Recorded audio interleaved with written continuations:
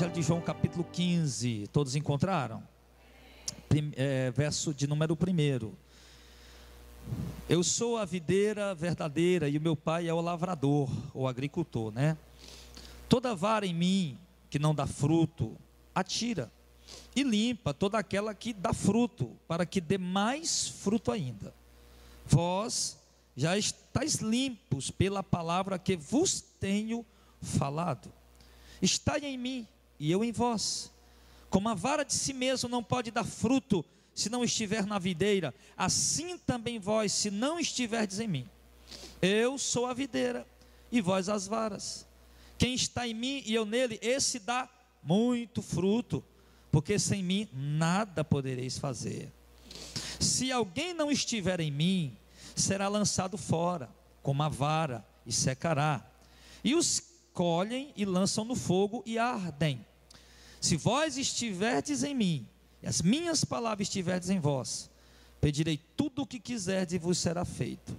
Nisto é glorificado o meu Pai, que deis muito fruto, e assim sereis meus discípulos. Nós temos um texto onde Jesus se apresenta simbolicamente como sendo uma videira. Uma videira. Uma videira, irmão, ela é aquela árvore que produz o vinho, produz a uva, né? Nós sabemos que Israel, ele era um dos maiores produtores, né? E a uva, ela era símbolo de quê? De alegria. A própria videira representava o próprio Israel. E aqui Cristo se apresenta também como sendo uma videira, né? Uma videira.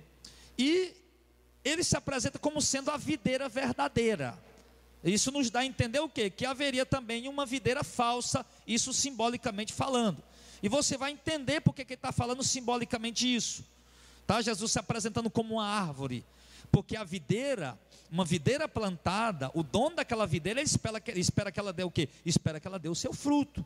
Ninguém vai plantar uma videira para ela não dar fruto. Ninguém vai plantar uma videira para ela não produzir o seu fruto. E quando a videira produz o seu fruto, o dono da videira se alegra, o dono da videira se regozija. Por quê? Porque ele pode comer do fruto dela, ele pode se deleitar com o fruto dela. Aqui no sertão, aqui no Ceará, né, a gente não tem esses plantios de videira aqui, né? Infelizmente aqui a terra não dá, tá?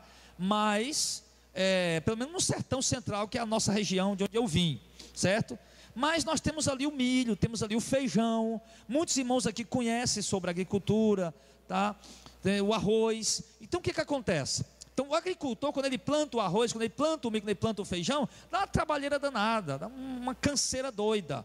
Mas quando chega o tempo da colheita, tá? Quando ele vê o pé de milho, né, crescendo, o milho crescendo, o feijão crescendo ali, florando, então o agricultor se alegra de poder colher o feijão, né, e de desbulhar o feijão ali, e colocar o feijão no fogo e comer. Ele se alegra em estar comendo ali de algo que ele plantou, de algo que produziu fruto.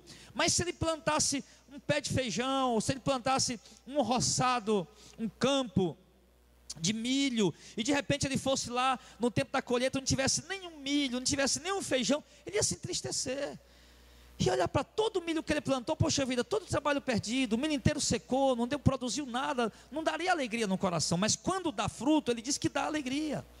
Então Jesus, ele se apresenta como sendo uma árvore que produz frutos. Só que o interessante disso, amado, é o que vem no verso 2. É que Jesus se apresenta como sendo essa árvore, essa videira. Mas ele mostra aqui, no verso 2, que a responsabilidade de produzir o fruto é dos galhos. É ou não é? Onde é que você colhe o fruto da maçã? É no tronco? Não, é nos galhos dela. Onde é que você colhe o fruto da goiaba, da cerola, da manga? Nunca é no tronco, sempre são nos galhos. É da responsabilidade do galho produzir o fruto, sim ou não? E Jesus aqui, irmão, ele diz que ele é a árvore, mas nós somos os galhos, nós somos os ramos. E ele diz que no verso 2, que todo ramo, toda vara, todo galho, estando nele, que não dá fruto, o que ele faz? Ele diz que tira, né, e limpa toda aquela que dá fruto, para que dê mais fruto ainda. Então Jesus está aqui, irmão, de uma certa forma, Ele está avisando para os seus seguidores, para hoje, para nós, né? Que Ele espera de mim e de você colher frutos. Jesus, Ele olha, Ele é a árvore, nós estamos ligados nele, afinal de contas nós fomos revelados por Ele a verdade, Ele nos escolheu, Ele se revelou para nós, então Ele nos enxertou nele, nós somos um galho dessa videira chamada Jesus, então é de obrigação nossa, é de responsabilidade nossa, meu irmão, produzir os frutos que identifique essa videira, tá? Então se Jesus disse que Ele é uma videira, então o fruto que está na videira qual é? É manga? Não, é a uva. Então não podia nascer uma manga naquela videira, não podia nascer uma goiaba naquela videira, tinha que nascer uva. Então o que Jesus quer dizer com isso, amado? Que nós, já que estamos nele, o fruto que devemos produzir não são frutos da perversidade, não são frutos da maldade, da malícia, da malignidade, mas os frutos que devemos produzir são os frutos de quem realmente está ligado em Cristo, que é a videira verdadeira. E esses frutos você deixa marcado em João, nós vamos já voltar, tá? Mas esses frutos, você vai lá para Gálatas, capítulo 5, por gentileza, Gálatas, capítulo 5,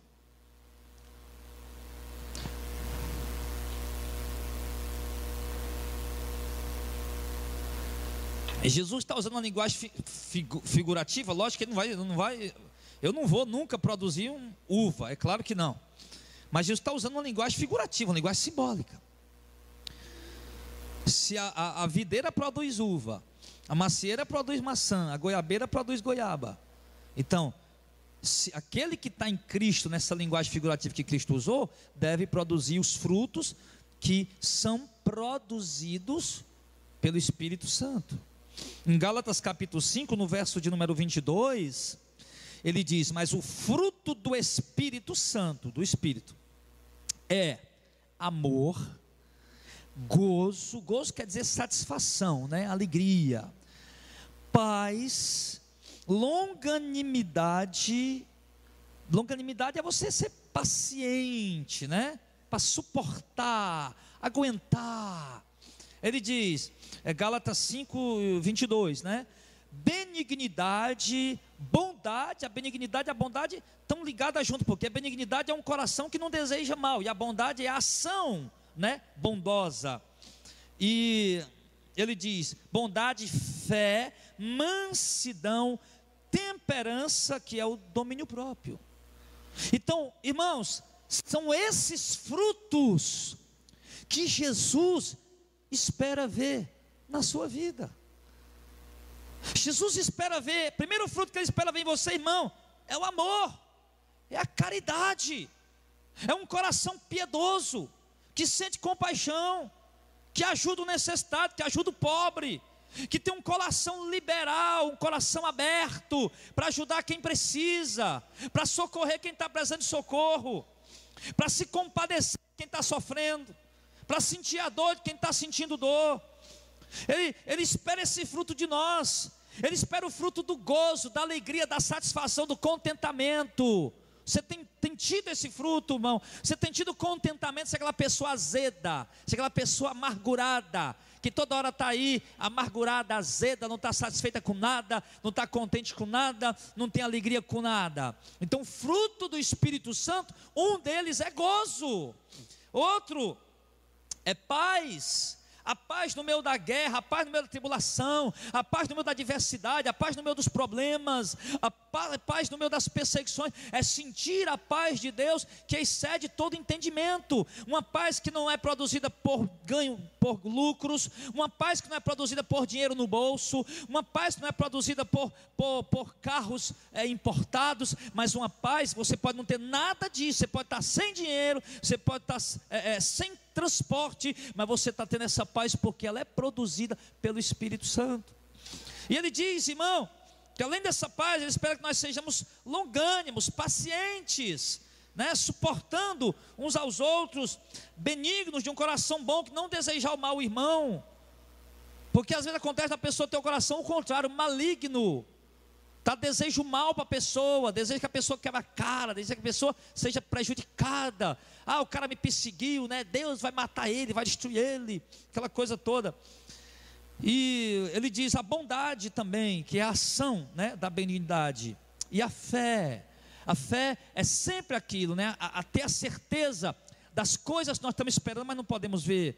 Ter convicção das coisas que nós aguardamos no céu, mas não podemos tocar, como diz Hebreus capítulo 11, verso 1, certeza das coisas que se espera, convicção das coisas que não se vê. Isso é a fé, é o saber que de fato há uma herança preparada para mim no céu, é o ter a certeza que de fato Jesus Cristo está sim assentado ao lado de Deus, embora eu não possa ver como eu estou te vendo agora, como tu está me vendo agora, mas Jesus é real, Ele é vivo, Ele é poderoso, Ele tem todo o poder no céu e na terra, Ele intercede por nós, Ele conhece nossas lutas, nossas tristezas, nossa dificuldade, Ele preparou uma cidade celestial para nós, Ele garante que vai chegar o tempo que nós vamos ser revestidos de um corpo glorioso e vamos habitar com Ele por toda a eternidade, que nós temos uma herança guardada para nós no céu. Então nós precisamos ter essa fé e a mansidão, né? A mansidão, aquela tranquilidade, aquela calma para se resolver problemas, para se resolver situações, não ser aquela pessoa explosiva, agressiva, violenta, mas naquela pessoa tranquila, aquela pessoa da paz,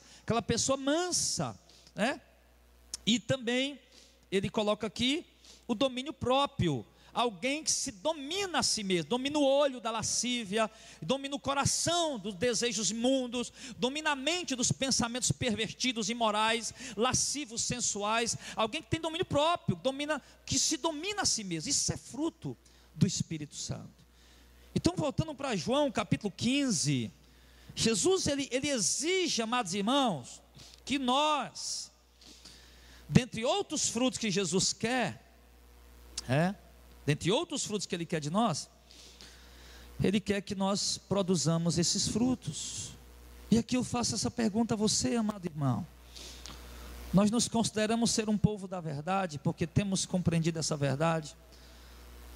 Deus tem aberto nosso entendimento para compreender doutrinas que nem teólogos estão compreendendo, e nós, um bando de matuto, né, praticamente iletrados, Deus tem aberto nosso entendimento para compreender passagens bíblicas, né, que os teólogos não estão passando para o povo. Deus está dando essa compreensão a nós, a mim, a vocês.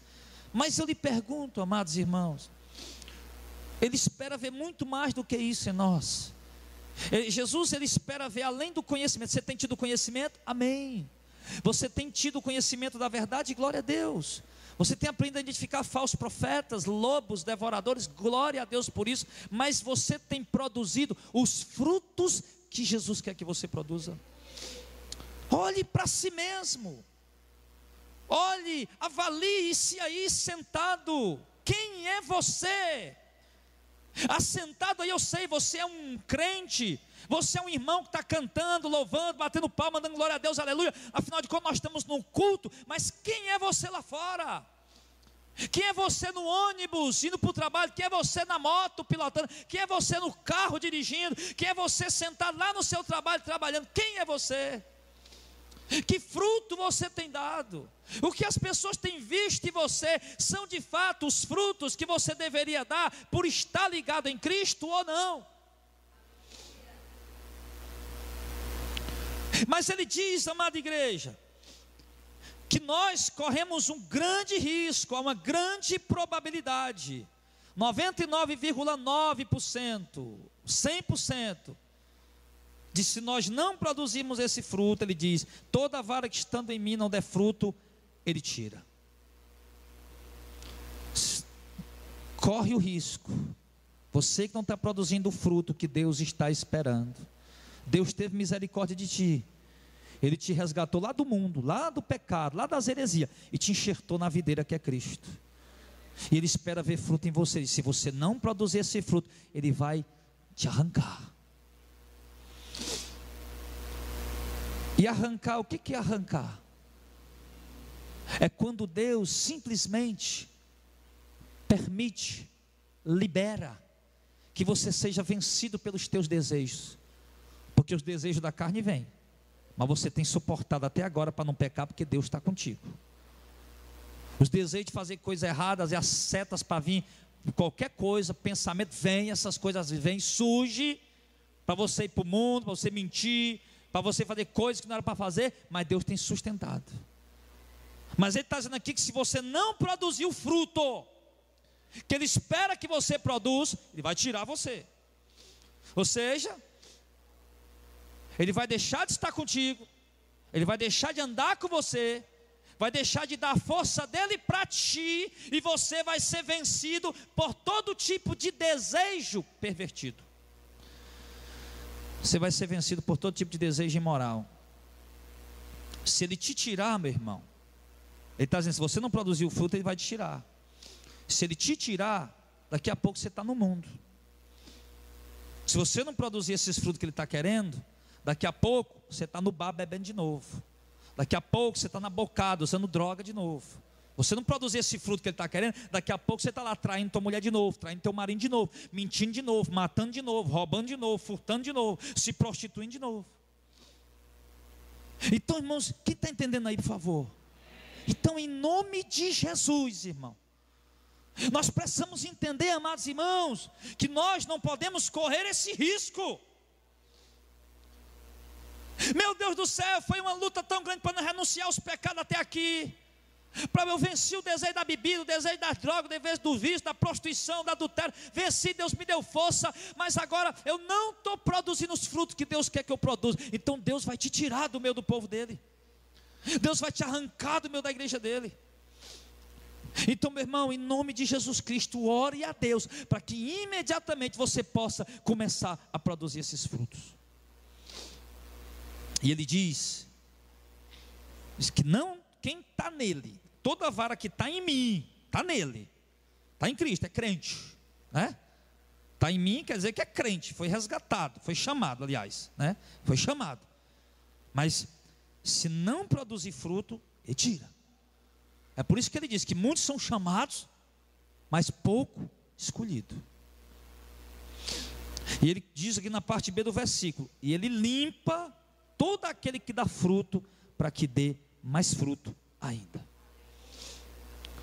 Então, se você está produzindo algum fruto para Deus, se Deus está sendo glorificado na tua vida, se o teu marido tem dito, eu glorifico a Deus pela vida da minha mulher, pensa numa mulher de Deus.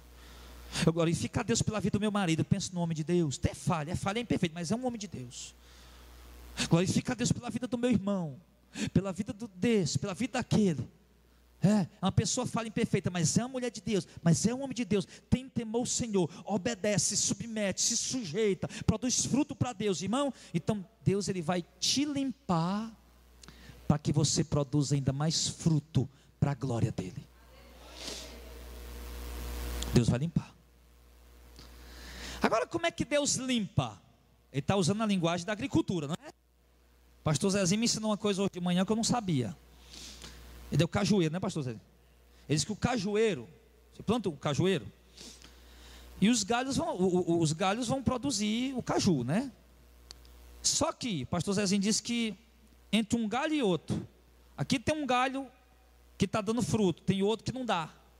Tem outro está dando, o outro não dá, o outro está dando fruto, o outro não dá. Aquele galho que está no meio, que não está dando fruto, ele atrapalha o que dá fruto de produzir o fruto. E o pastor Zezinho diz que é necessário que ele vá lá, que eles fazem isso, eles tiram os galhos que não dão fruto, e vão tirando, o cara conhece, ele vai tirando, e vai deixando os que dão fruto livre. E quando ele tira os que não dão fruto, né, e deixa os que dão fruto livre, não é isso? Aí dali, meu irmão, daqui a pouco aquele cajueiro está frondoso, cheio de frutos, para a glória de Deus. É a sua vida, é a limpeza que Deus quer fazer. Por isso ele diz que tira quem não dá fruto, porque quem não dá fruto atrapalha quem dá fruto. Foi muito boa a oportunidade da direção do culto, pastor Zezinho. 1 Coríntios capítulo 2, quando fala que não pode haver divisão entre nós, não pode haver dissensão entre nós. Tem que haver humildade, tem que haver obediência, tem que haver sujeição, tem que haver humildade, amor, compreensão.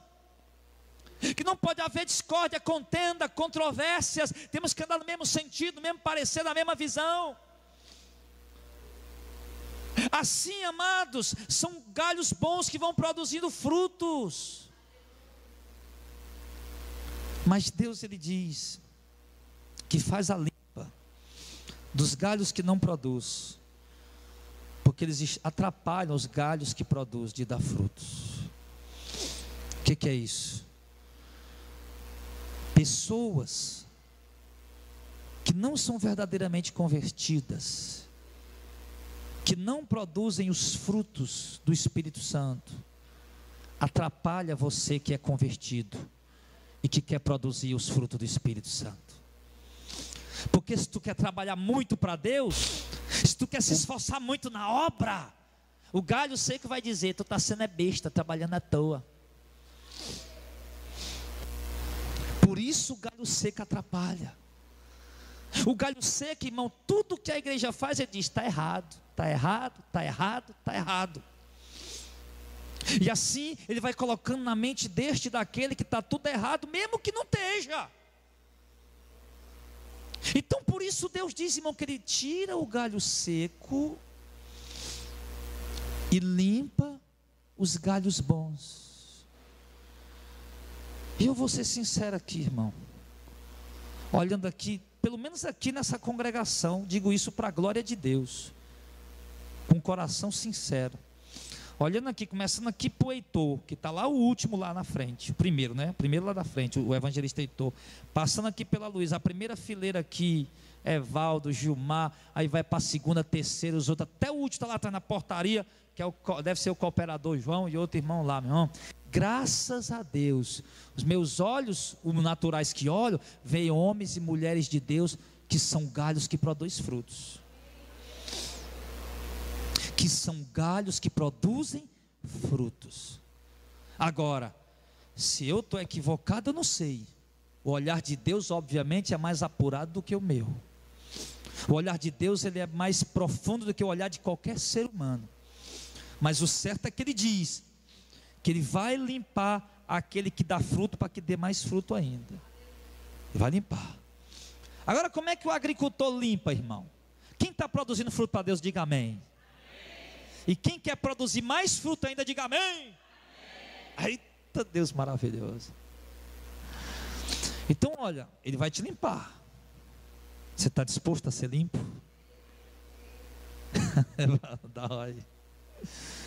Irmão, como é que o agricultor limpa um pau desse aí, uma árvore dessa aí, com a tesoura desse tamanho e outra faca desse tamanho aqui? Já viu? Ele pega lá e sobe na escada e pá, né? Pá, a árvorezinha chega, chora. Aí pega aquela tesoura e faz tá, o galho chega, estrala, e a árvorezinha chega, chora. Mas ali, aí você olha depois de uma poda, como é que você olha? Vixe, como ficou feio, não é assim? Eita, mas que coisa feia. Eu morava perto de uma praça linda ali no Antônio Bezerra. Olha, que praça linda. Aí o cara vinha paudar. O que é que esse cara fez isso? Desgraçou a praça. Que coisa horrível. Os galhos tudo seco agora, tudo quebrado. Não tem mais nem sombra. Mas daqui poucos dias, irmãos, estava tudo verdinho de novo, tudo frondoso de novo, tudo produzindo fruto de novo. É assim que Deus vai fazer na tua vida. Ele está trabalhando já, Ele já está te limpando. Mas o processo de limpeza, como você pode perceber, é doloroso, produz lágrima, produz choro, produz tristeza, produz angústia, dor, mas é para o teu bem, para você produzir muito para Deus. Vou lhe dizer, meu irmão, ninguém vai produzir muito para Deus sem que antes seja limpo. Uma árvore só pode produzir muito para Deus se primeiro for limpo. E a limpeza fala de processo, fala de provação, fala de tribulação, fala de tentação, fala de adversidade, permitidos por Deus. Deus vai trabalhando na tua vida. De repente, para te limpar, parece Deus tirar teu emprego. Opa, tira o emprego dele aí uns meses aí. Aí o irmão que andava esbanjando dinheiro, agora está lá na prova. Deus está te limpando. Deus está te limpando. É complicado ouvir isso, né, irmão? É complicado, mas é a bênção de Deus.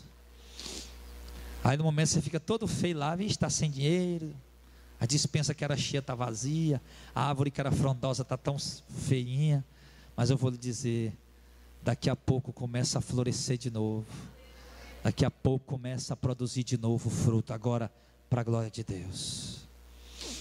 Porque Deus não quer que você fique dando só os frutos que você está dando, Deus quer que você dê mais, e Ele tem que te limpar.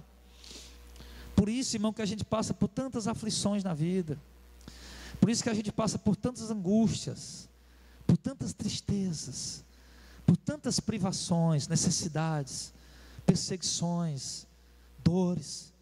Por isso que muitas vezes a gente está tão triste, abatido, angustiado, aflito, ali olhando tudo dando errado, nada dá certo. Por isso que a gente passa por isso, porque é o processo de limpeza de Deus. E ele traz esse processo também, ele diz, também por intermédio da sua palavra, no verso 3, vós já estáis limpos pela palavra que eu vos tenho falado. Ou seja, Jesus disse, olha, vocês, quem tiver conosco aqui, Jesus estava pregando para a gente, né, para os discípulos dele, só quem tiver com a gente aqui, tá, em mim, comigo, me seguindo, não tiver dando fruto, meu Pai vai tirar, Ele quem cuida da videira, tá, mas quem tiver produzindo fruto, Ele vai deixar para limpar você e para você produzir mais fruto ainda. E eu digo para vocês com certeza, Jesus falou, vocês já estão limpos pela palavra que eu tenho falado. O que é isso, irmão? Preste bem atenção. O que Jesus fala muito explicitamente, o que limpa a videira, eu falei de provas, de dor, sofrimento, né? Perseguições, angústia, tristeza, sim. Mas o que limpa de fato as nossas vidas para a gente produzir frutos para Deus, é a palavra dele. Mas que diz, vocês já estão limpos pela palavra que eu vos tenho falado. Ou seja, toda a doutrina que Jesus ensinou, que nós ouvimos e pomos em prática, então essa é a limpeza. Quando eu escuto a doutrina, quando eu escuto o ensinamento, quando eu escuto a exortação, a repreensão, quando eu escuto a palavra de Cristo, a palavra de Deus genuína, verdadeira, e a ponho em prática, isso é a limpeza de Deus na minha vida. Então Jesus apresenta a limpeza dele para nós através da palavra. Quando Jesus disse para um jovem, você que é solteiro, não faça sexo, não faça sexo. Você que é solteiro, não faça sexo. O que é isso? Ele está limpando pela palavra. Aí o jovem escuta, opa, não vou fazer sexo. Ele está limpo. E Jesus disse para o marido, não deixe sua esposa para casar com outro, porque você vai estar em pecado. Você não pode casar com outro enquanto a mulher estiver viva.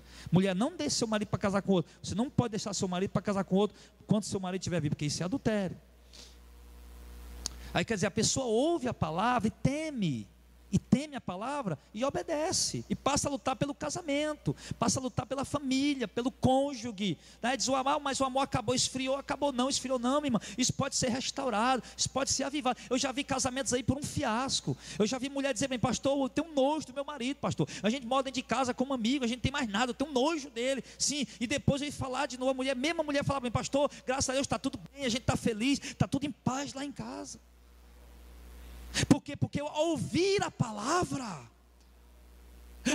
limpou, a palavra tirou da mente daquela mulher que ela não podia separar para casar com outra, ela passou a lutar pelo marido dela, para sentir de novo amor, para sentir de novo alegria, para sentir de novo atração, e Deus deu, meu irmão. Deus limpa a gente através da palavra. Aí você está aí no meio do negócio e você precisa mentir. Achei bonito uma irmã que chegou para mim outro dia, pastor, eu fui trabalhar numa empresa aí, mas eu não fiquei não, pastor, porque tinha que mentir lá, tinha que mentir. Eu tinha que dizer para o cliente lá que o crediário saia na mesma hora, e não sai na mesma hora, pastor. O crediário só sai de noite, ou de tarde, com muitas horas depois. Ele diz, não, a gente tem que dizer que sai na mesma hora. Pastor, eu não podia ficar mentindo para o povo, eu não quis trabalhar lá. E era a pessoa que estava trabalhando, precisando do emprego. E eu achei bonita a atitude daquela pessoa, quer dizer, uma pessoa que se mostrou estar limpa pela palavra. Mas porque ela foi limpa por uma palavra que ela aprendeu, que ela ouviu, que ela foi instruída, que ela foi ensinada. Então por isso, irmão, Jesus diz muito claro, Jesus valoriza, coloca a palavra dele acima de tudo aqui. O X da questão está na palavra dele. Porque se ouvirmos a palavra dele, a gente é limpo. Se não ouvir a palavra dele, não tem como ser limpo. Não tem como uma árvore ser limpa, como um crente ser limpo para produzir fruto para Deus. Só ouvindo, irmão, Deus seu dízimo, porque ele é obrigatório, não você vai para o inferno. Irmão, pega o envelope ungido, que Deus vai fazer milagre na sua vida. Irmão, faça a campanha de 7 semanas, de 21 semanas, que Deus vai resolver seu casamento. Irmão, isso não limpa ninguém, isso não resolve o problema de ninguém. O que vai resolver o problema dessas pessoas, o que vai de fato limpar essas pessoas, irmão, é a exposição, a apresentação genuína, autêntica, legítima do verdadeiro evangelho. A pessoa ao ouvir essa palavra, temer e obedecer, isso vai limpar a sua vida. Esse negócio de estar indo para a igreja porque ela é animada, porque tem forró, irmão, você quer ir para a igreja porque tem forró, vai logo para o clube do vaqueiro, rapaz. Compra logo um litro de pinga aí, vai para o clube do vaqueiro dançar forró e se prostituir. Que igreja não é lugar de forró não, meu irmão. Igreja é lugar de culto, de adorar, de glorificar a Deus, louvor de santidade que exalta o Senhor. Não é louvor da carne para ninguém estar lá se rebolando na carne, não. Isso é coisa lá para o mundo. Isso não limpa ninguém. O que vai limpar o crente, irmão, é a verdade. Então Jesus diz, eu vou lhe dizer uma coisa aí para a glória de Deus, irmão. Se é uma coisa que Deus tem dado a nós a oportunidade, é de se limpar. Porque nós temos recebido cada exortação aqui. Quem veio para o culto domingo passado? Levanta a mão, quem veio? Uma multidão veio. Lembra daquela palavra? Que exortação violenta. Foi para a mulher, foi para o marido, foi para os filhos, né? Foi em todas as áreas da nossa vida, abrangiu tudo. Aquilo ali, o que é aquilo ali? Para o crente sair ali todo arrebentado, todo roxo, né? Mas limpo, se limpando. Sai triste porque pecou, sai triste porque mentiu, sai triste porque foi insubmisso ao marido, sai triste porque foi grosso com a mulher, sai triste porque foi desobediente aos pais, sai triste porque foi enrolão nos negócios, desonesto, tá? Foi mentiroso, fraudulento. Sai triste e se consertar. É palavra de limpeza. Agora, o cara está em pecado, mentiroso, um enganador, um adúltero, prostituto, um estelionatário. O cara vai para a igreja, só fala, aí irmão, bota envelope aqui que você vai ficar próspero, Deus vai resolver. Bota o dinheiro no envelope aqui que vai resolver problema de ninguém. Agora, um mentiroso, estelionatário, um bandido, um perigoso, um mentiroso, e botando dinheiro em envelope esperando vitória. O que é isso, meu irmão? Isso não vai resolver o problema de ninguém. Então, veja se você está limpo. Pastor, realmente eu percebo que Deus tem me limpado. Mas tem uma coisa na minha vida ainda, pastor, que tem que ser limpa. A minha mente. A minha mente, pastor, ainda é muito frutífera para o pecado, para a imoralidade, para a lascívia, para a suspeita mal, para a maldade para as pessoas. Pastor, Deus realmente tem me limpado, Deus já mudou muita coisa na minha vida, mas eu pensei, pastor, que ainda tenho o meu coração, ele precisa ser limpo. Meu coração é mau, eu tenho inveja, eu sou ganancioso, eu sou cobiçoso. Eu não posso ver ninguém com nada que eu cobiço, eu quero, eu desejo, e eu tenho raiva porque a pessoa tem, eu desejo que ela quebre, que ela tenha prejuízo. Pastor, meu coração é mau, precisa ser limpo. Então, meu irmão, Deus já está limpando algumas coisas na sua vida, mas ainda há uma obra a ser feita. Mas eu louvo a Deus porque a Bíblia Sagrada diz que o que Deus que começou a obra é fiel para concluir. Então deixa Deus te limpar, irmão. Como assim, pastor? Quando você ouvir a voz do Espírito Santo dizendo, renuncia a isso, renuncia.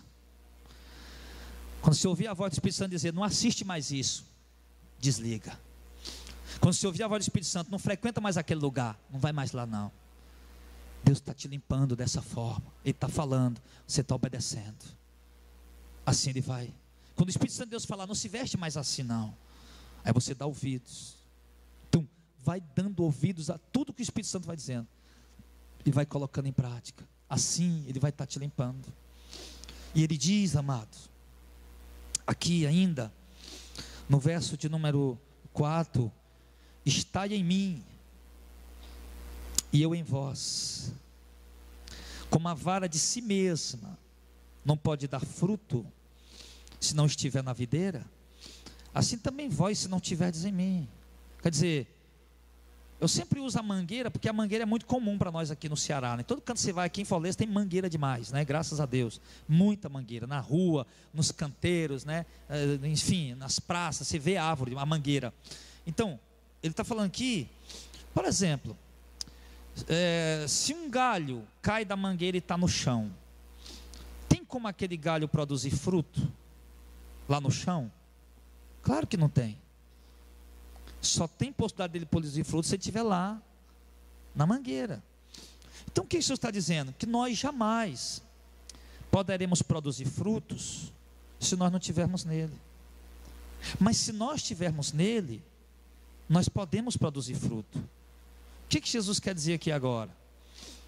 Que quando você que está produzindo fruto para ele, ou quando você vier a produzir fruto para ele, não se sinta melhor do que ninguém.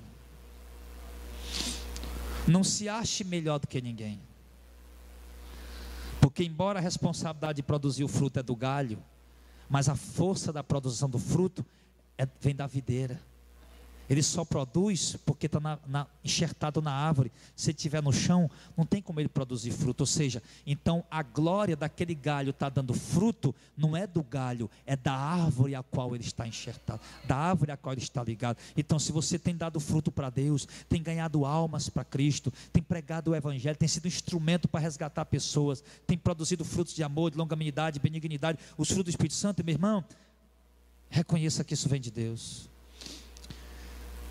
Eu conheci, meu irmão, mais ou menos assim, na metade ali da minha fé, no começo da fé, metade ali mais ou menos, eu conheci muito crente arrogante, eu conheci muito crente prepotente, principalmente irmãos da Assembleia de Deus, pessoas que se achavam que era mais santo do que os outros, pessoas que achavam que eram melhor do que os outros. Eu conheci muitos assim, conheci presbíteros, irmão, totalmente arrogantes, porque se consideravam mais santos do que os outros, se achavam melhor do que os outros, né? Porque produziam frutos para Deus e achavam que por isso eles eram melhor do que as outras pessoas. Então nós não podemos jamais cair nesse erro, jamais cometer esta grave falha, amado irmão. Nós temos sempre que ter a humildade de reconhecer: meu Deus, esses frutos jamais seriam possíveis eu ter produzido se não viesse pela tua força, pelo teu poder. E passe, meu irmão, a pedir a Deus, para que Deus te capacite para produzir muito fruto para Ele, porque Ele continua dizendo assim: eu sou a videira, vós as varas, quem está em mim, eu nele, esse dá muito fruto, porque sem mim nada podeis fazer.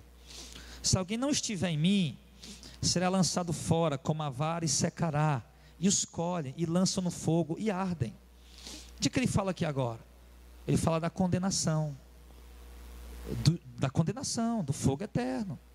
Ou seja, uma vara que está no verso 7, se vós estiverdes em mim, não, verso 6, se alguém não estiver em mim, será lançado fora como a vara e secará, e os colhe e lança no fogo.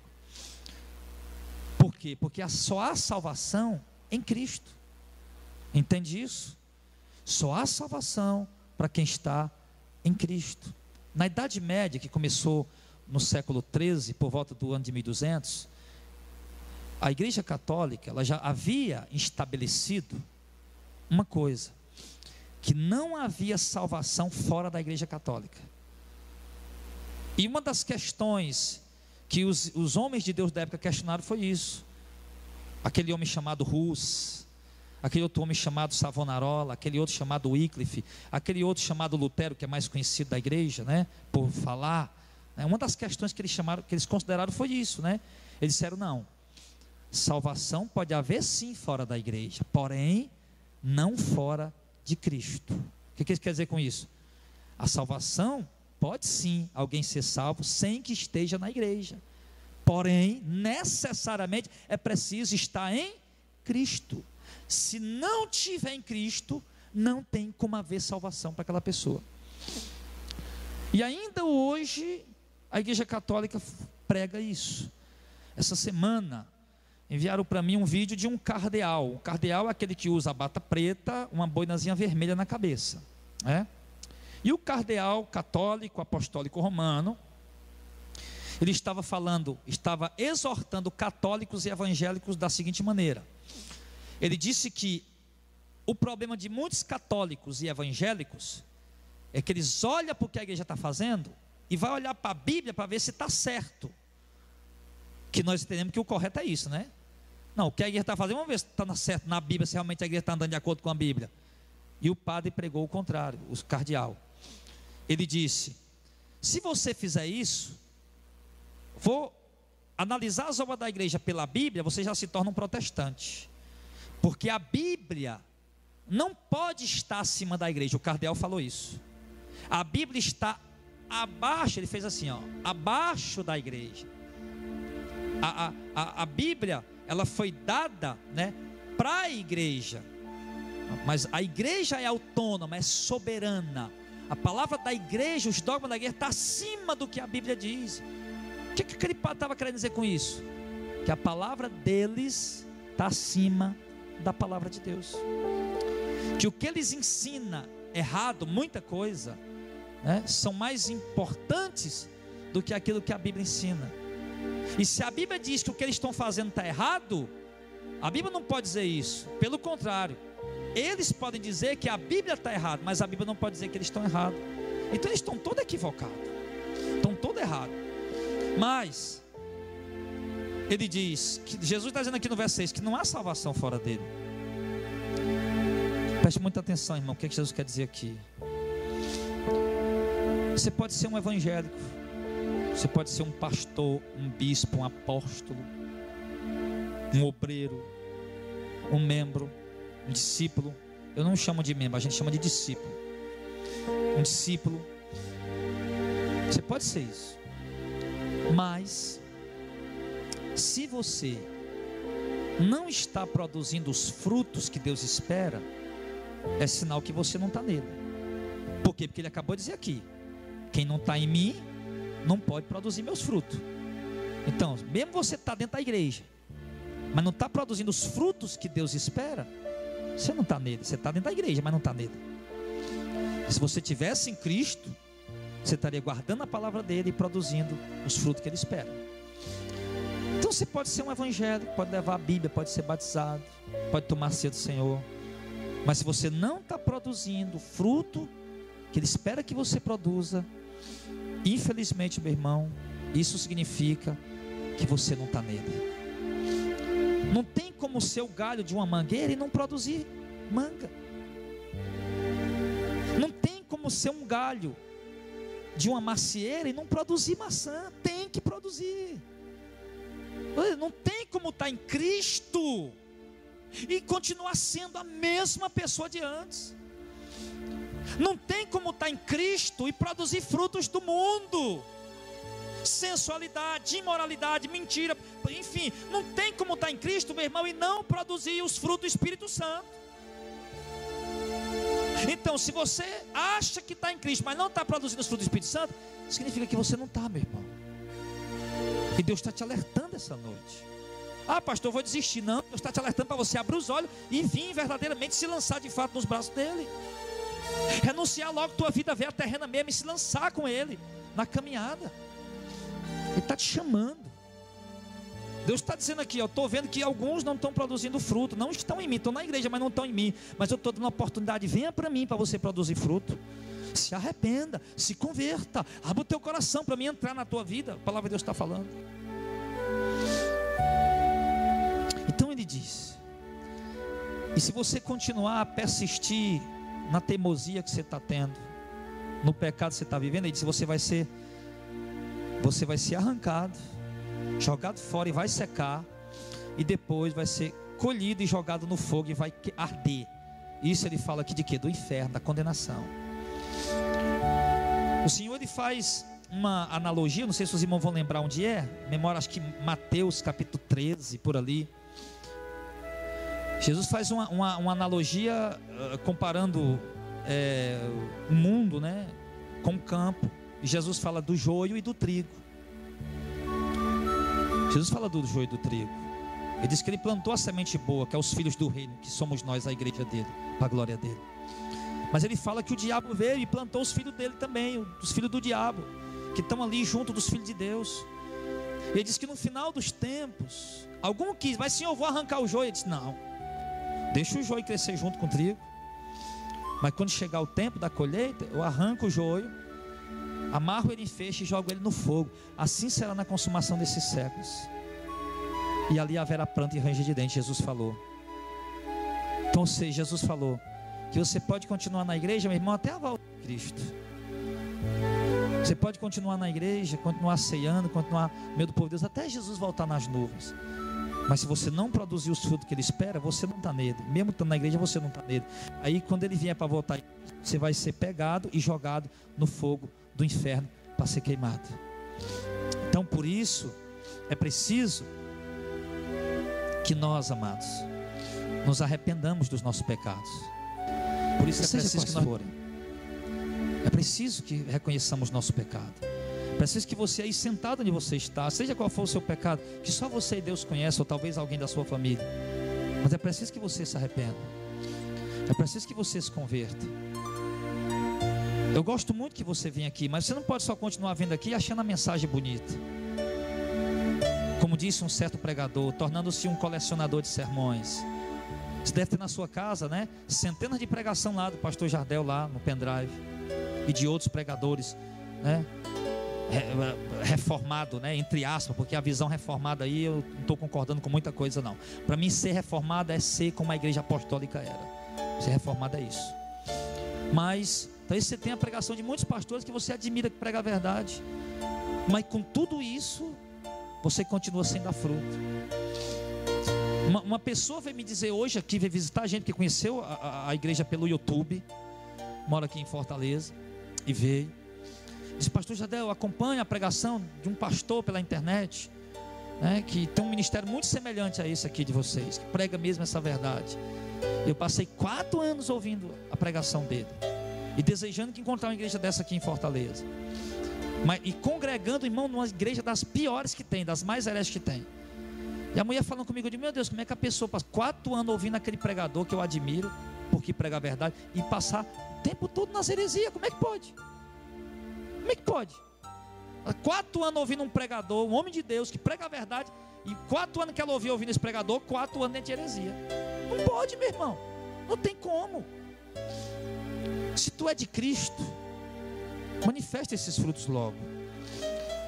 Se arrependa logo, saia da heresia, saia do catolicismo, saia do espiritismo, saia da umbanda, saia da macumba, sai das igrejas hereges, das igrejas das campanhas, das igrejas dos dízimos, das igrejas dos envelopes, das igrejas da teologia da prosperidade, do triunfalismo, do sensacionalismo, dos shows. Sai dessas igrejas, se decide logo, sai de cima do muro.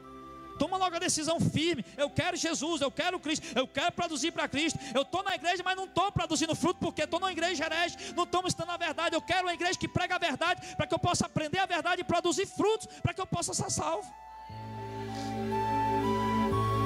E ele diz, no verso de número 8: nisto é glorificado meu Pai, que deis muito fruto, e assim sereis meu discípulo. Vamos concluir com o verso 8.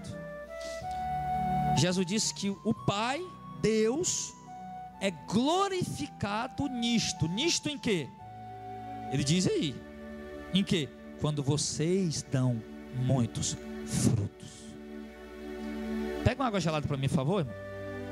Irmão, desde o princípio, Deus chama Abraão lá em Ur da Caldeia, Ur dos Caldeus. Ninguém conhecia Deus, ninguém ouvia falar de Deus, e Deus queria se revelar, Deus queria se tornar conhecido. E Deus, para se tornar conhecido, Ele escolhe um homem que vai obedecer a Ele, um homem que vai se submeter à ordem dEle, um homem que vai produzir fruto para Ele e para Deus. E quando Deus escolhe Abraão, ali, por meio de Abraão, Deus começa a se revelar a alguns. Deus se revela ao rei do Egito, Deus se revela a alguns reis, alguns povos, poucos, mas se revela. 400 anos depois, os filhos de Abraão são presos lá no Egito. Eles passam 430 anos lá. Eles se multiplicaram, são quase 3 milhões de pessoas. Deus levanta um profeta chamado Moisés. E Deus envia aquele Moisés lá na terra do Egito para resgatar o povo dele de lá. E Deus podia ter tirado o povo da primeira leva. Olha, pessoal, vamos lá, tira o povo daí, mata logo o faraó. Pronto, o faraó caia morto, pronto, tira o meu povo daí. Deus podia ter feito isso, mas não. A Bíblia diz que 10 vezes Deus amoleceu o coração de faraó para deixar o povo ir, e depois endureceu o coração de faraó para impedir o povo de ir. O Moisés ia lá, ô faraó. O faraó estava sofrendo a praga das moscas, dos piolhos, né? Piolho para mim não ia funcionar muito, né? Mas aqui tem muito cabelo, né? Nos peitos aqui, na barba. Mas Deus mandou muita praga de todo jeito. Aí estava lá, faraó, deixa o meu povo ir. Ai, Moisés, vai lá, vai-te embora, leva essa praga contigo.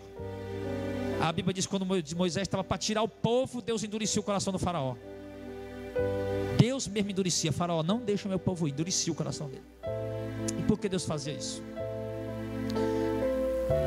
Para se revelar o quanto Ele é grande, o quanto Ele é soberano, o quanto Ele é Deus, o quanto Ele é poderoso.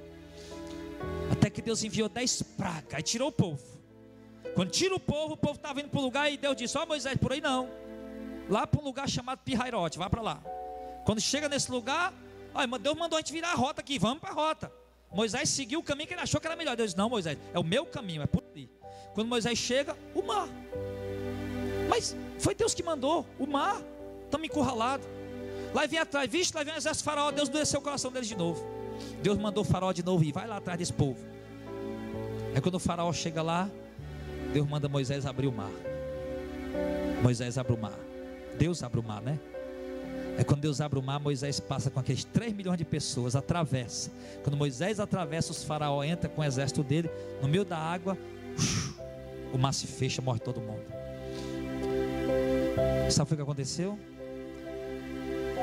Nas terras que Israel foi entrar, lá na frente, todo mundo já sabia da história. Porque Faraó era uma potência como os Estados Unidos. Rapaz, o Deus dos Hebreus acabou com o Faraó. Diz que ele até abriu o mar. Quando o povo dele passou, Deus fechou e matou todo mundo. Deus escolheu um povo para ser glorificado nele. Deus deseja ser glorificado, irmão.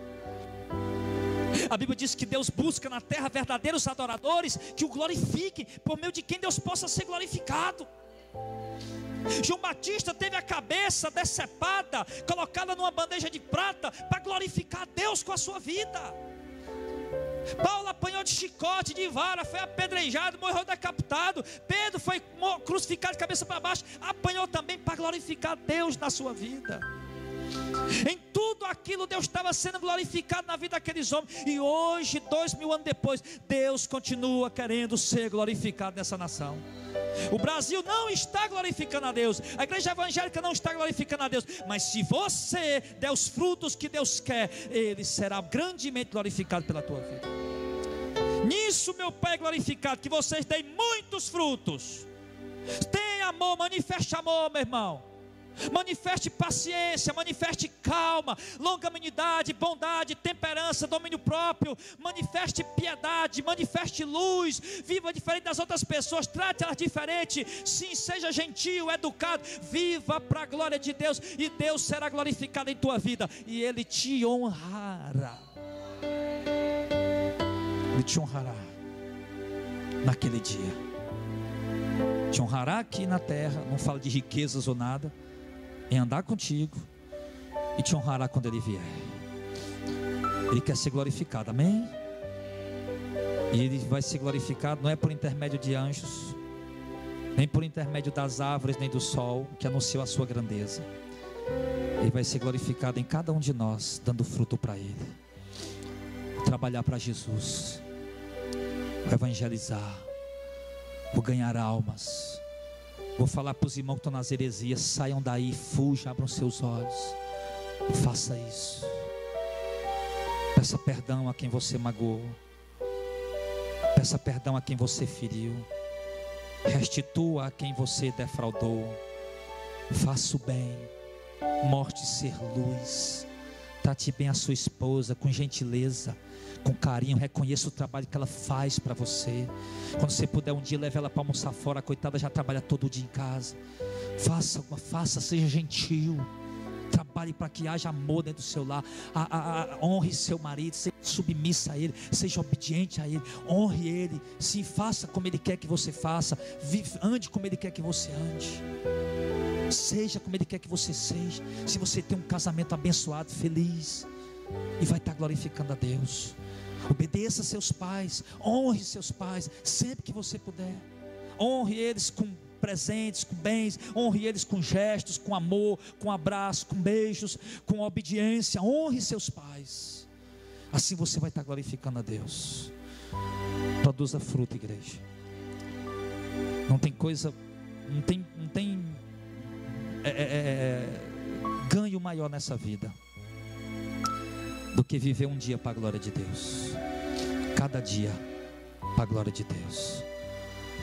Amanhã, quando acordar, antes de você sair, senta na tua cama, ou bota o joelho e diz: Senhor, hoje eu vou viver para a tua glória.